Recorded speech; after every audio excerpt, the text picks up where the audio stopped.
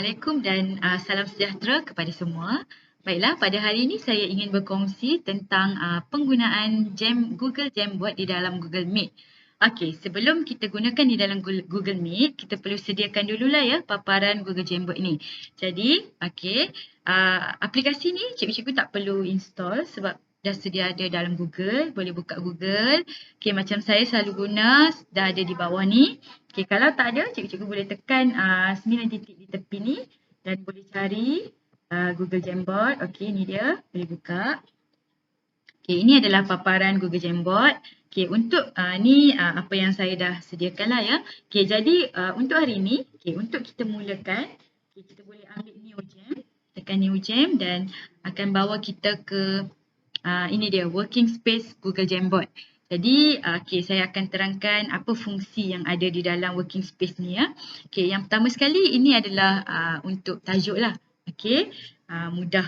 Okey, kita buat tajuk ikut apa yang kita nak ajarkan. Jadi mudahlah kita nak cari bila kita nak guna nanti.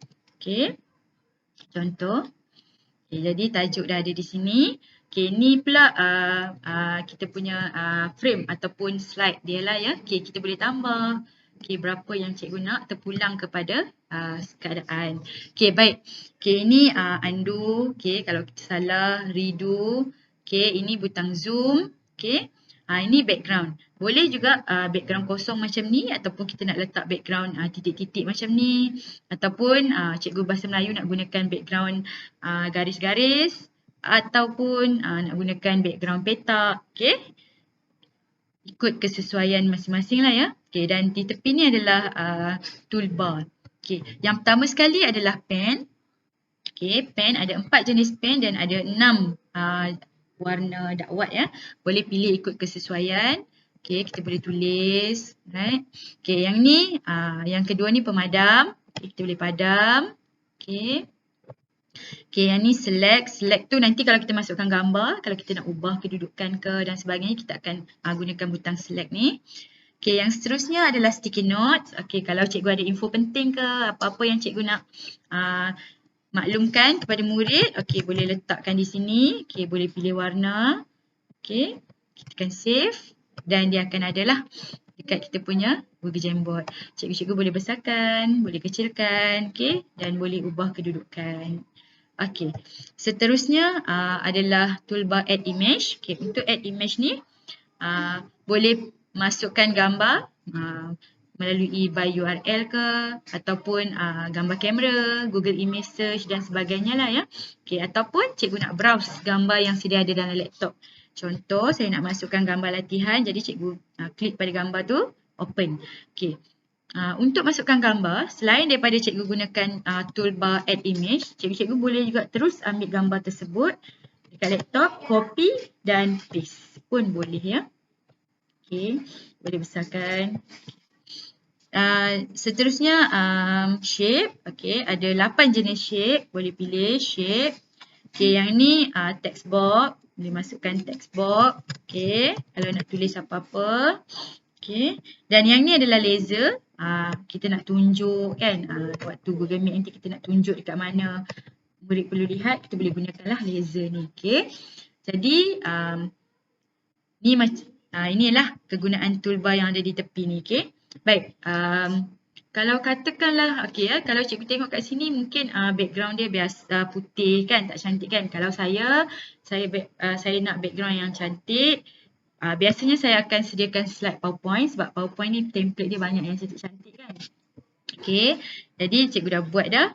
Cikgu boleh gunakan snipping tool ataupun kita guna print screen. Okay, kita select bahagian apa ataupun kita punya slide tu. Okay, lepas tu kita copy masuk di dalam Google Jamboard. Contoh ya. Sekejap. Okay, jadi kita besarkanlah mengikut saiz Google Jamboard. Lebih cantik lah kita punya paparan Google Jamboard tu kan. Okay, dan selain daripada tu, katakanlah kita nak gunakan buku teks digital pun boleh. Sama juga. Okay, kita buka Google, kita punya buku teks digital. Lepas tu kita gunakan snipping tool ataupun print screen. Okay, bahagian mana yang kita nak tunjuk. Okay. dan kita masukkanlah di dalam Google Jamboard. Kejap ya. Okey. Bila dah masuk nanti, kita besarkanlah. Okey. Dah masuk, kita besarkan ikut saiz yang kita nak. Baik. Okey. Bila kita dah siapkan dah kita punya Google Jamboard ni, bolehlah kita gunakan di dalam Google Meet. Okey. Macam saya biasanya, saya akan new tab. Okey. Kita akan buat new tab untuk Google Meet. Okey. Dah masuk Google Meet. Okey. Kita present. Pilih a tab. Okey. Ambil tajuk kita punya Google Jamboard, share. Okay, bila kita share, Google Meet akan bawa kita ke paparan Google Jamboard lah. Okay. Untuk kita nak mudah, biasanya saya akan split tab ini kepada dua dan letakkan dia bersebelahan. Supaya saya boleh tengok juga saya punya paparan Google Meet dan saya boleh control saya punya Google Jamboard. Okay, kadang-kadang murid kita selalu ditanya dalam chat kan. Kalau kita duduk tengok dalam Google Jamboard, kita tak nampak paparan di dalam Google Meet. Jadi biasanya saya akan split tab tu dan letak sebelah-sebelah. Okay, jadi kita boleh nampak lah, kita boleh control dua-dua. Okay, jadi kita boleh gunalah. Okay, jadi kalau cikgu tengok yang sebelah kanan saya ni adalah paparan ataupun apa yang murid nampak di dalam Google Meet, dan di sebelah kiri ni adalah kita punya Google Jamboard lah, yang mana kita nak control kat sini lah, kita nak tulis ke, kita nak tunjuk ke dekat paparan Google Jamboard ni. Okay, baik, contoh. Okay, contoh ya. Okay, pada hari ini kita akan belajar tajuk pecahan dan perpuluhan. Jadi kita boleh tunjuk, murid boleh nampak Okay, kita nak tulis, contoh kalau kita nak tulis. Okay, pecahan bahagian ataupun pecahan kek yang ialah 1/3.